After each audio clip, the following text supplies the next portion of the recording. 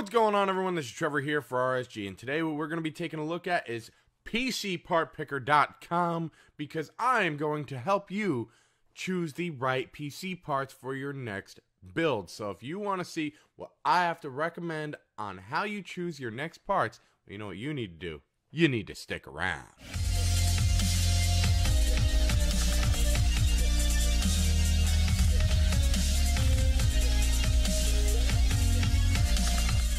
Starting everything out using for reference from buildcomputers.net, we will show you different motherboard form factors. This is what you first want to choose. Do you want a mini ITX which could fit in some tiny little case like a Node, or do you want a micro ATX that could fit in something like a Fractal Design Nano S? Or do you want an ATX that would fit in something like my case, the Cooler Master Case Pro 5, or like a Fractal Design R5 or R4, something of that nature? Well, that all comes down to what are you going to use it for. Now, a mini ITX really doesn't have a lot of bells and whistles, and they can technically start to cost a little on the higher side because you're trying to cram so much in a small space. As much as you may not think that just because it's smaller, you know, it should cost less. No, actually, the smaller some things get, it'll cost more. So now we look at the micro ATX. The difference between the mini ITX and the micro ATX is the mini ITX really is not meant for a big powerhouse. Not saying you couldn't do it with some of the small form factor stuff that they have nowadays, but it's not going to be a true powerhouse. It's not going to give you many options. Now, once we step to the micro ATX, we have more options of more RAM, more cards can be put in, like if you wanted to do dual GPUs like an SLI formation there, you can do that with micro ATX, or then you could do my favorite, which is ATX. ATX is great because ATX has all the bells and whistles, no compromises because it's full size. That's what you're most likely going to have to go with if you want three-way SLI or anything of that nature and multiple ports. So that's the one I choose to go with. I like all the bells and whistles, and I don't mind having a mid-size computer. That is another thing. We will be looking at a mid-tower case smallest for ATX. If you want anything smaller than a mid-tower case, you will unfortunately not be able to use an ATX board. You will have to then go to micro ATX, and that's exactly what I was talking about. But now, I think that really sums it up for the form factor side of things, so let's move on over to the parts on PC Part Picker. Getting right into the CPU, you can go with AMD, you can go with Intel. Right now, AMD is launching their whole new stuff, so I'm not even going to really get on AMD. We're going to talk about just Intel on this, and the same thing with NVIDIA and Vega, or AMD, because Vega is just coming out soon too. I don't know anything about any of them. I'm not going to recommend something I have no idea about. So we're just going to talk about what we know. So the AMD FX series, they are kind of going on the phased out side. They do decent for rendering and actually do better on things like that than actual like gameplay, because they focused a lot on cores rather than, you know, instructions per clock, which made it not as great for gaming, but it did actually do decent when it came to rendering. But overall, they're kind of on the phased out side. They're quite old. So we're going to go with the Intel series, as they really have kind of been the leader for so long, and they don't make vast improvements. So even if you have an older one, they're probably running very, you know, somewhat similar. So now, if you're going to do like a media center, like in that mini ITX build that I was talking about with the really small motherboard, then maybe an i3, or even an i3 in any of them if you're going to make it like a media center computer, do some gaming, nothing too crazy. But an i3 can usually do something like that. An i5 would be more in the line of, I'm going to game, I could stream, but some games will be limited by my streaming, because if you're going to be streaming, I suggest something like an i7. Now, if you're also going to be video rendering, i7. I also will say, if you're going to be doing a lot of crazy CPU intensive rendering, maybe you want to step up to the higher end, you know, 6-core CPUs that Intel does offer, but they will start costing a bunch of money, and this is why we hope that Ryzen can actually take a chunk out of that money that you have to spend by giving them solid competition. So let's hope for that. But anyways, I chose to go with a 6700K. If you're never going to overclock, don't get a K version. If you're going to overclock at some point, even if you're not going to do it right away, get a K version. Simple as that. If you're going to overclock, though, you have to have a motherboard with a Z in it, like a Z170. So that's just what I need to tell you about what you're going to get for a CPU. Just make sure that that CPU pertains to what you're going to do. I suggest, like I said, if you're going to stream and do things that require CPU intensive stuff, then you want to go more with an i7. If you're going to just basically be gaming, an i5 is going to really do an awesome trick for you. It's going to do everything you need. And the i3, like I said, can still do gaming, even with some, especially with some of the new ones, but they could still do gaming, but they're more on the media center side and stuff like that. But I think the next part we need to go to is the cooling, how we're going to cool that CPU. So let's get to that. Now, when it comes down to cooling, it really all comes down to what kind of cooling you want to really do. How do you want it to look? How much do you want to care about if anything could go wrong? Because me, I like air coolers. I like this 212 Evo because it actually can do a decent little overclock on that 6700K with no problem, and it keeps the temperatures pretty nice.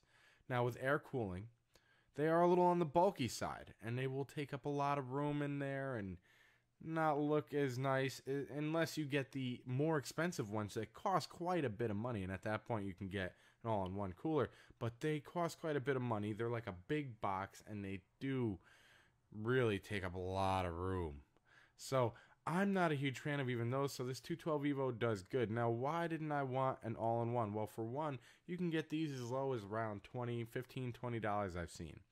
But getting an all-in-one unit, as Joker Productions found out, can cause some issues in the sense that you think everything's all good. Next thing you know, he thought like his CPU was fried and all types of stuff, and it ended up really being, as much as it felt like the pump was on, that the all-in-one unit crapped out. I've still got a Cooler Master V8 running in a 5-year-old computer that has no problems, still to this day, whatsoever. And the only thing that may go is going to be the fan. But you might even have enough passive airflow cooling that the radiator on it will take the heat away anyways. So overall, I'm a big fan of air cooling. But if you wanted to go with something that would bring the temps lower, but I don't think enough to warrant me getting annoyed with things not working and pumps could fail. But that's just me. But also the aesthetics, how it looks. If you have like some gorgeous build with RGB everywhere and stuff like that, you might actually want an all-in-one cooler, as they do offer RGB on some things. But the all-in-one coolers, like I said, do have their drawbacks, you know, where some of them have loud pumps. Also, you have to pay attention to if they do ever fail. Typically, they don't really leak, so I don't really worry about that. That's just why I like the air cooling, because for me, I find air cooling to be cheaper and less worrisome. But that's just me. The all-in-ones do look great, and I do actually want one because they look so great. I love that Captain one from Deep Cool. Especially Corsair makes theirs, but the Deep Cool Captain one looks really nice, the 240 Captain. But anyways, I'm just going off here. Now we need to get into the next part, which is going to be the motherboard, because I've explained everything I need to about the CPU cooler. That's just my opinion on it, and that's how I would suggest to find the best one, is really just go with one that suits your needs and does what you need it to. If you're going to heavily overclock, you're probably not even going to want an all-in-one. You're going to want it with full water cooling build, and that's way beyond me. I don't do that yet. I'd love to. But let's get on, like I said, to the motherboard. Getting right into the motherboard segment, picking a motherboard can be kind of something that you really need to pay a lot of attention to. Now, if you're going to spend a lot of money for something like this, you can find cheaper ones depending on what you need. So let's say you don't really care so much about how good the sound card is. Well, this isn't really going to be a big deal to you. Okay, maybe you don't care about RGB, then you won't care that this Republic of Gamers logo is RGB. You know, maybe you don't care about M.2 memory slots like this right here, which is a type of memory I will explain a little later. Maybe you don't care about having 3-way SLI on your graphics cards. So you can choose different motherboards, of course, pertaining to what you need. So you see this digital little screen here for numbers, basically, just like an alarm clock or something of that nature. That is for trouble codes and also codes of what overclock setting you are put on. So this is a very big overclocking board. Now there's other boards that have different sets of RAM. They have all the way up to where you can put 32 gigs or 64 gigs in there, and because there is 8 slots, which would be 4-channel memory, this is only dual-channel memory. So now you have to take that into account. How much RAM do you really need? But that also comes down to how much do you really need? Well, what kind of board do you need? So you've got to take all of this stuff into account. What kind of stuff do you need? Now, I chose this because I needed that really nice sound card in there. I love that nice sound card. I want the M.2 memory slot. Dual channel RAM works completely fine for me. Having all these PCI Express slots so I can do 3-way SLI if I ever wanted to. Perfect. That is exactly what I need.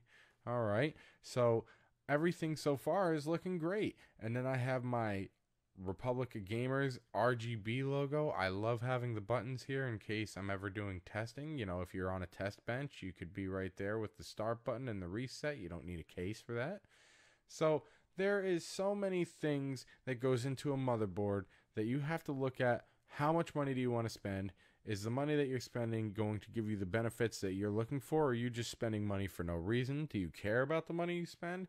If you're buying a cheap board, is it going to give you everything you need? Well, that's basically everything you need to look at when it comes to a motherboard, is what features it has, and do those features pertain to you? But I think now it's time to go back to the rest of the list. Getting into probably the easiest segment of all this, and that is going to be the RAM, the memory. Because the RAM is more important on the look side of it than the company, really. Now, what we look at is the DDR4 2400. You see right there, that is the frequency. The 2400 works completely fine for me. You can go up to like 3000 and above that, or you can go below. I don't really suggest going below, just because 2400 is a good, a nice number to stick at. But I don't really find that going higher has really benefited me when I saw it on other computers with the same build as mine. So overall, and even in past computers, I don't really see the necessary reason to go with the highest one that you possibly can. So I went with something that I found for a reasonable price.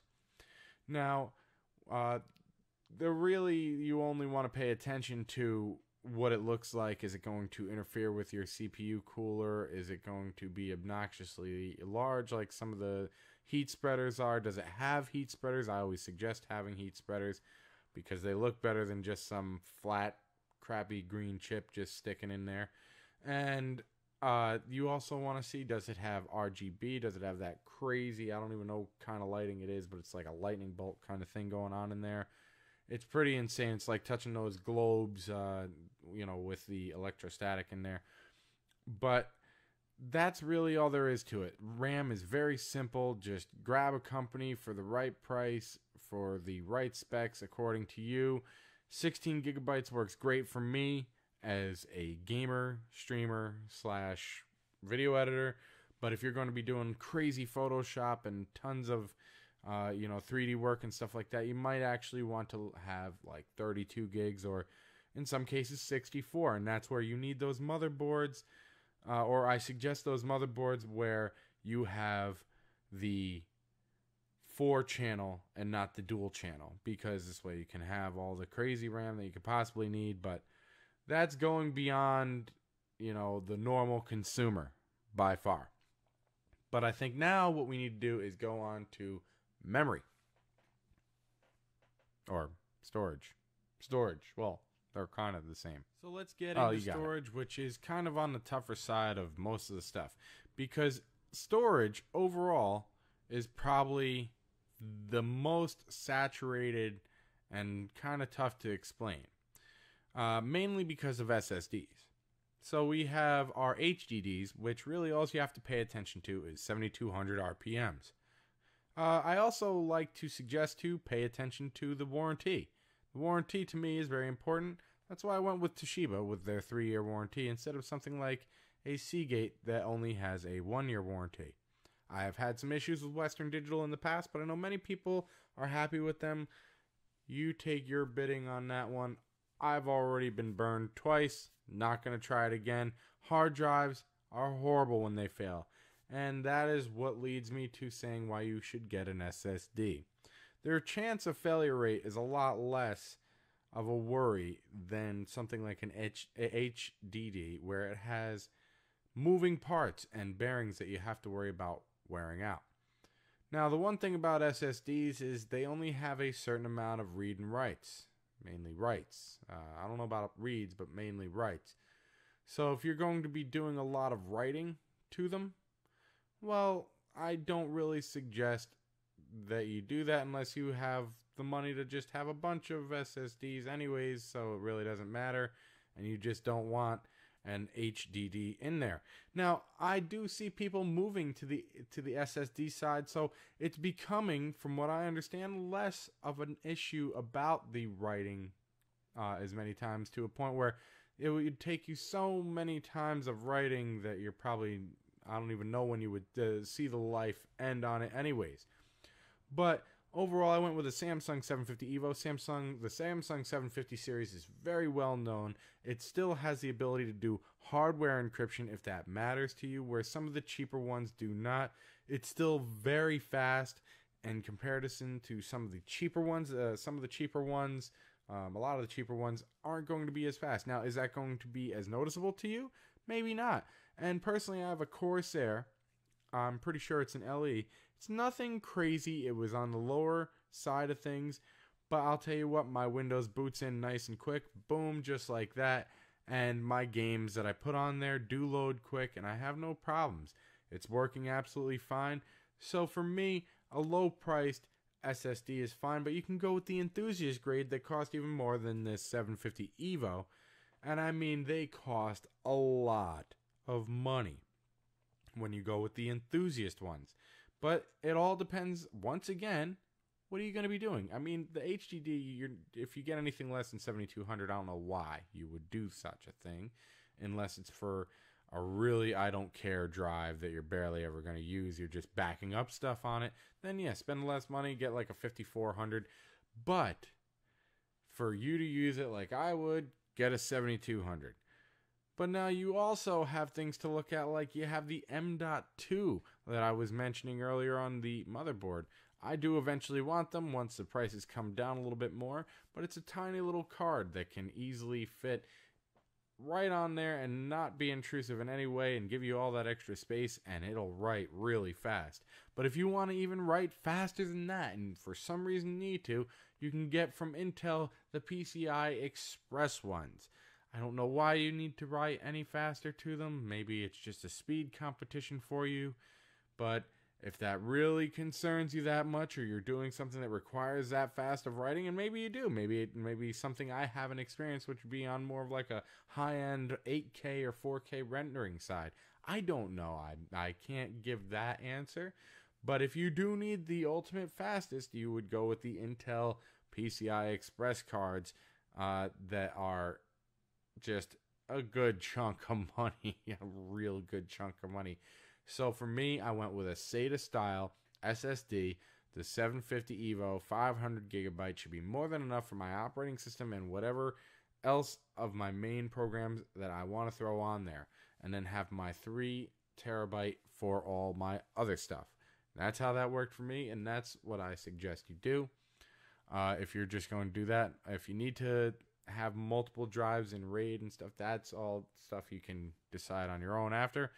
But how to pick them, really, it comes down to find mainly the SSD. Just find the right company, look at some reviews, see what kind of reading and writing. I mean, some of the writing and reading speeds are horrible, so you don't want to go too cheap. Just take a look at it And remember, this is something very important. So really don't go too cheap on something that is going to be running your whole computer.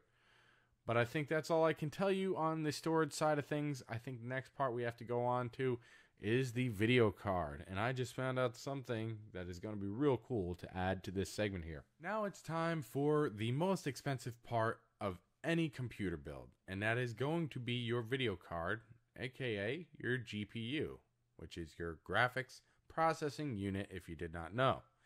Now, if you're going to be playing what you're playing, it all depends on what you're playing. So if you're going to be playing something with low graphical intensity like Minecraft, let's say, okay, and you really don't want to go to The Witcher 3 and all the crazy things, or maybe mod the living heck out of your Skyrim to make it look insane, maybe you're not one of those people, well then you could probably get away with like a AMD RX 480 or something like that, especially, or 460 or 470. But now that the Vega stuff is coming out and we'll see all that, it's tough to even say on this market here, especially. It's really just tough in general to even talk about this video card market right at this time. Today, as I'm making this video, I hear the GTX 1080 Ti has now been announced and apparently is going to cost $699 US dollars. And that is going to be basically somewhere in between a 1080 and a Titan X, which a Titan X is like $1,200. So yeah. Anyways, let's talk about choosing the right video card, though. Like I said, it's really tough to even say which one would be right now because all this new stuff coming out, I don't even know, but I'll give you my best explanation of how you decide. So when you're choosing, like I said, if you're going to be playing Minecraft, you don't need anything too crazy. Get like a 1050 and you'll be fine. Minecraft is more CPU intensive. What are your games requiring that you're going to play? So now if you're going to be playing something that's very graphically intensive, so like Fallout 4 with all the mods on and craziness, well then now we want to look at what kind of screen are we going to be powering. Are we just powering like me with a 60 hertz run-of-the-mill television kind of LED kind of television, or are we going to be talking about you got the Asus with the G-Sync, the P279Q or whatever that is, or the 278, I forget which one it is, but are you going to be sitting there at 144 hertz? Like, what are you trying to run it at? What games are you, like I said, are you going to be playing? If you're going to be playing something like Counter-Strike and you have some really high-end monitor going on, you're probably going to want a high frames per second. So depending on what resolution you're going to play it at, you might want a 1070. But now Counter-Strike doesn't need too much to really run, so you could run it probably with like a 1060 and still get very high FPS. It all depends on what kind of games, because those games will matter on what kind of requirement you'll have. So The Witcher 3, say you want a really high FPS on The Witcher 3, well, let's say you're playing on even 1080p on Ultra with everything turned up to the max. Even a 1070 won't get you anything crazy, and I wouldn't even say a 1080 would. So you'd probably have to go with like a 1080 Ti if you really wanted a Witcher 3 with insanely high FPS on top of having everything maxed out. Do you care about having everything maxed out? I definitely do. So for me, I care about more having everything maxed out and not really having to do more than 60 frames per second. So me, a 1070 worked great. It could play 60 frames per second Witcher 3 with no problem whatsoever. I could mod the living heck out of Skyrim. It's an absolutely fabulous card. But if you're trying to power something like a 4K or 1440p, you might want to actually step it up to like a GTX 1080 or a 1080 Ti, and if you really can spring for it, a Titan X. But now this is where I say it's really tough, because with the Vega stuff coming out and AMD wanting to do the low price kind of thing, I say hold off if you're building a computer right now. There's just too much right around the corner. But like I said, it all pertains. What are you going to play? Are you future-proofing? Are you going to play better games in the future, or are you just going to stick with your Minecraft and Counter-Strike Go?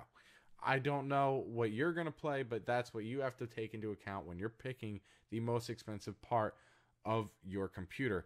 The last part I'll talk about is the coolers. If you're in a small case with not a lot of ventilation, you might want something more with a blower style, the Founders Edition style cards. Me personally, I always love the multiple fans on top. I don't know what really matters to you. The Strix was awesome. The one I chose was awesome because the backplate has the coolest RGB, and I love the whole 3-fan dissipation.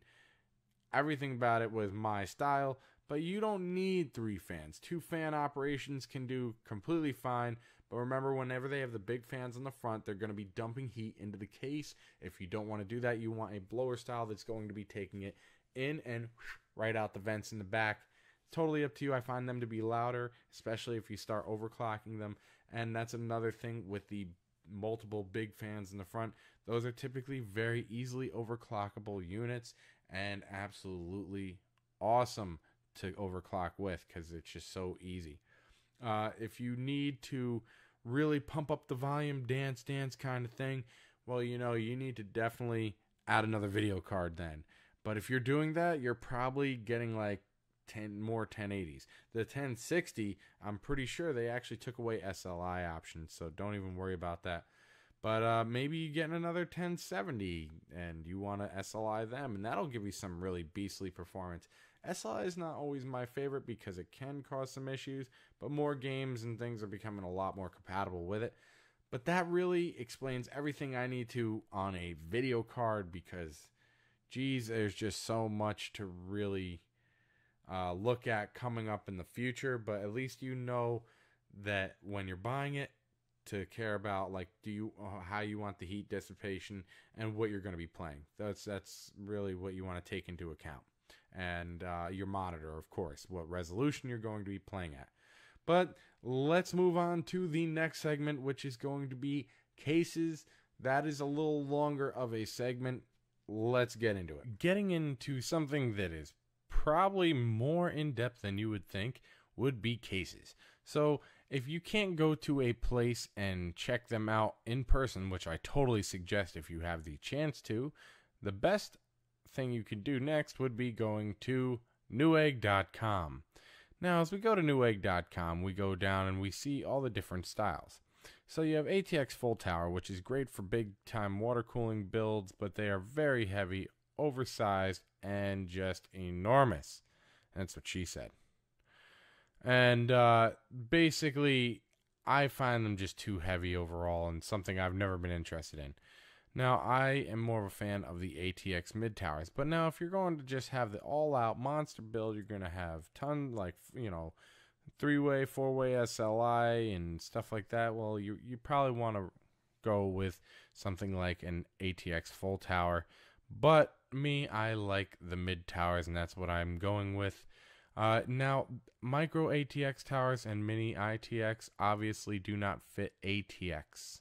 So that is the last one that you can use is the mid tower right here for an ATX build. So when we're choosing a case, we can take a look at things like this. Is it going to be in a corner? How much are you going to care about it? Do we need dust filters? How many dust filters does the case have? Does it have them at all? Does it have 5 1/4 inch bays? Do we need 5 1/4 inch bays? So something like this doesn't have 5 1/4 inch bays. The one I chose does not have 5 1/4 inch bays. This one is a tempered glass. I chose the one without the tempered glass. Do you want tempered glass? A little more delicate, heavier to deal with, and can attract a lot of fingerprints, but they look very elegant. Some cases actually have it all the way around. Some things like this are considered gaming cases, and I find them to be really tacky anymore. They used to be cooler when I was younger, and I'm like, hey, this looks really cool, but now not really so much in my mind. Now, you might just want to put it in a corner, so something like this really might be right up your alley. But then you look at things like this, and you go, well, if you're never going to water cool, you really don't need something with a built-in reservoir right there. So I would totally not even look at that. And then you look at something like this where it says dual USB 3.0, five 120 millimeter fans and a fan controller. But then you think about things like that and go, how good are these fans? Can I turn off these lights? Are these lights going to stay on the whole time? If they can be turned off and the fans aren't too bad, then that's a killer deal. But you might have to look at the reviews and see what people say about it. Look at things like that. Don't be sold on all the extras that they could throw in, because those extras might not be so great for the quality of what you're getting. So then you look at things like this, where for me $249 is way too expensive, although I love that case, but maybe not for you. Maybe that case is right up your alley. You can get all types of things for like the master case, and this is why I love it so much. You can mod the living heck out of it. I could take the one I have right now and put a tempered glass side panel. Another one that is very, very popular with almost any builder I've ever seen is on YouTube is going to be the Evolve case from Fantex. A lot of people love it. Another thing you want to pay attention to is if you're going to be putting it on carpet, do you want raised feet? How high is your carpet? This master case is great for raised feet. Do you want a power supply shroud? Power supply shrouds to me are awesome. They hide all those unsightly cables that you don't want. So that's why I really suggest a power supply shroud if you really don't like the look of cables. But maybe you're going to have all custom made cables, so then you don't want a power supply shroud. You want them to show in all their glory from the start of the power supply. So that's maybe the way you want it there. Then you look at something like this where it's tempered glass all the way around, RGB fans. I mean, that thing is absolutely insane looking, but it is tempered glass all the way around. So unless you plan on not moving it, I would suggest not really moving it once you have something like that. But it looks absolutely awesome, and you can get so many different variations of cases with different color schemes. I just suggest to stay away from cases that you can't turn off LEDs, and as long as you can turn them off, even if you do RGB kind of stuff, then you don't have to worry about them interfering. That's why I don't suggest the red one on the Fantex or on the Cooler Master Hyper 212 Evo cooler that is the red LED. But see, you have something like this here where you can have the airflow. This is HAF for high airflow.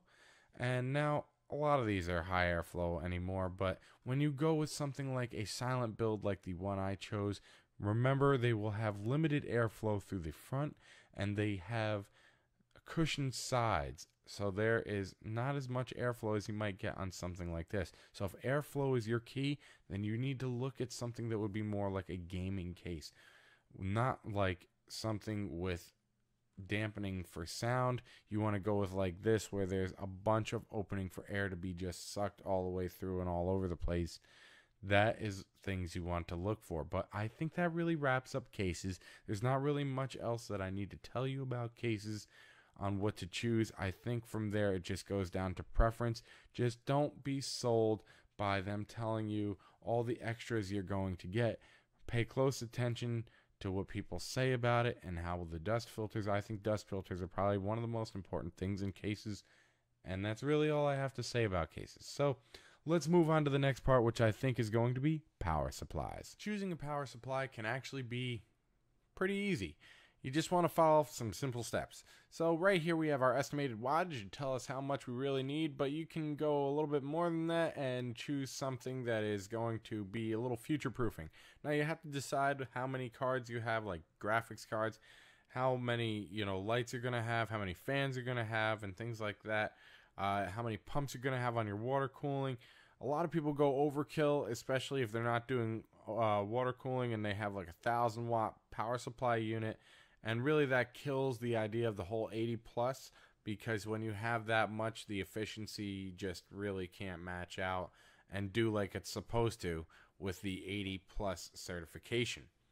Now I chose down here to go with 650 watts since I'm powering one GPU, and I want the ability to overclock anything if I need to and not have to worry. So there you go, 650 watts works for what I need, especially when they're saying all I need is 362. So I am definitely putting myself up a bit. So Now, we would also have modular. Do you want full or semi-modular? Full modular is if you really have like a really powerful build, you have multiple things that need to be plugged in, and you want it to be really elegant. Like maybe you want the cables to come right out from the power supply, all to be color-coded and awesome-looking custom cables, versus where you have a semi-modular where it only has part of the cables cover of the 24 pin is the only one that comes straight out of there and is not really covered with anything but this stupid mesh crap that's on it. So it doesn't look the best, where you can get custom cables for all the other spots. Now, another thing you can awesomely do is hide everything behind like power supply shrouds and in the background and get cable extensions. Custom cable extensions will make your computer look absolutely awesome. So now, as we choose a power supply, we go down and we see the 80 plus certifications. I like to start at bronze and up and go with those because that really weeds out a lot of junk ones, like real junk ones that'll like burn your house down kind of crap. But I will say it doesn't weed them all out. So like these Rose Wills and the Raid Max don't get the best reviews and people aren't really too fond of them. So you know what? I'm going to skip over them and go with ones that people do recommend.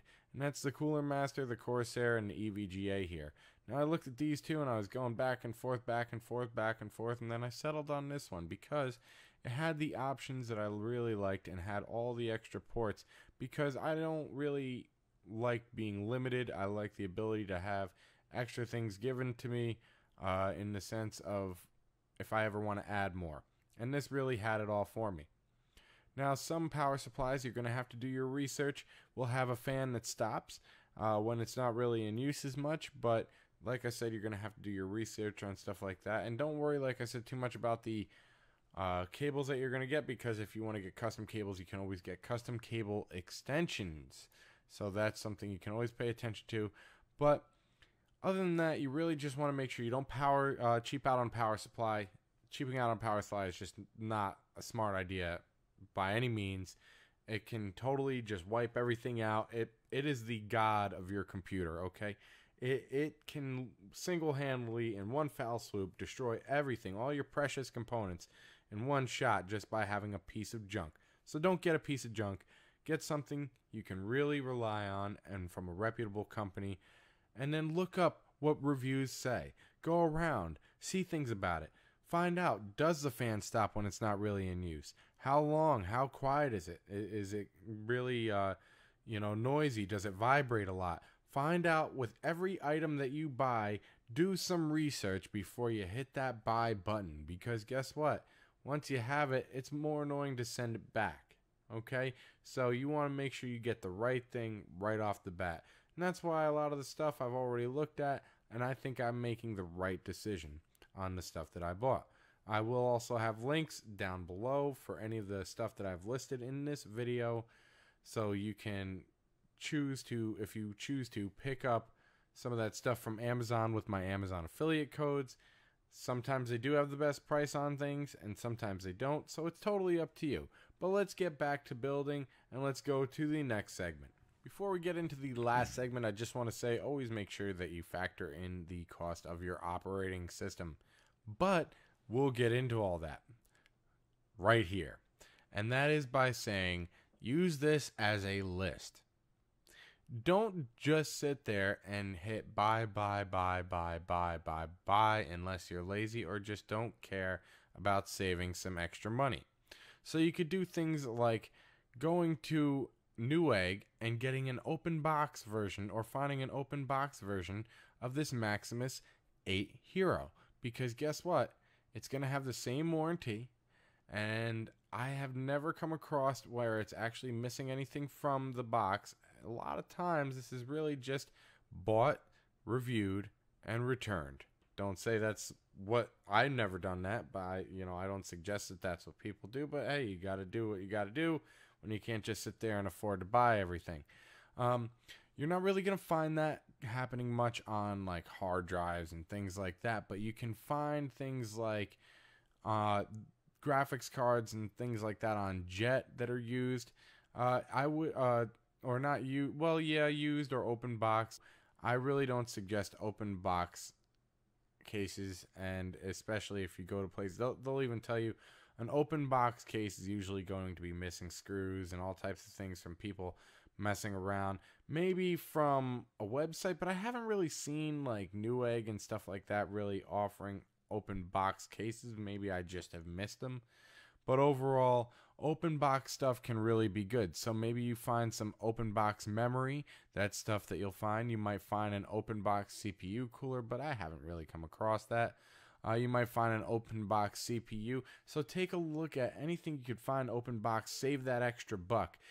Use this as a list, and you might find that they have the best price already listed on your list.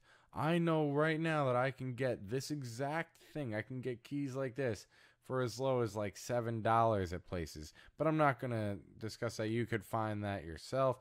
But why pay $100 when you can find it as low as $7? Just saying, you can find things for cheaper by using this as a list and just going around and trying to find them.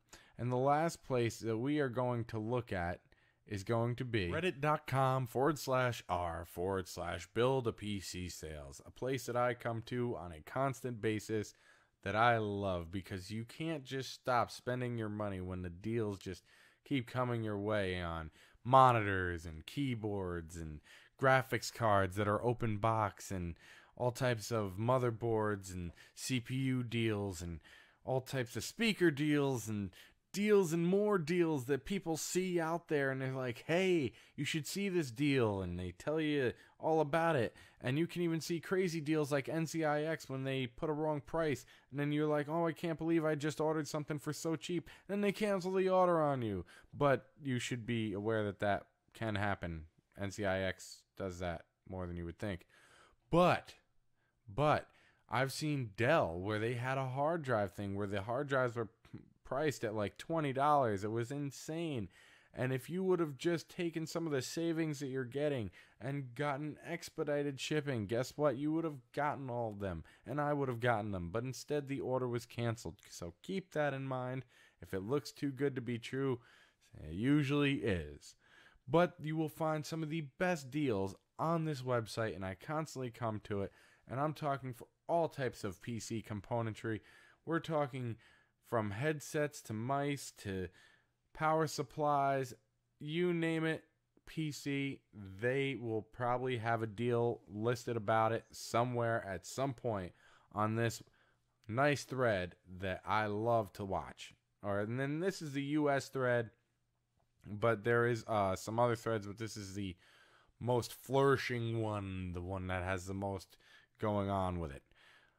I think that I just wanted to clear up one last thing before we finish this video. So let's go just back to the list. Finishing this all up, as you notice, I did not choose a monitor. I did not choose any kind of expansion cards. If you wanted to do Wi-Fi, I mean, what I can suggest is get a Wi-Fi card that suits your need if you're just browsing or if you're doing anything insane.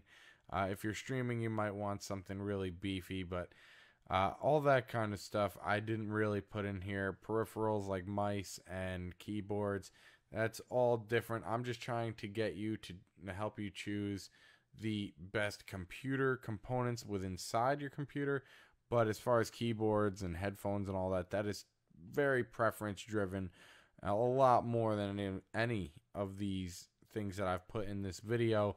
So I chose not to really go with any of that kind of stuff. You can get additional case fans and things like that. That's totally up to you.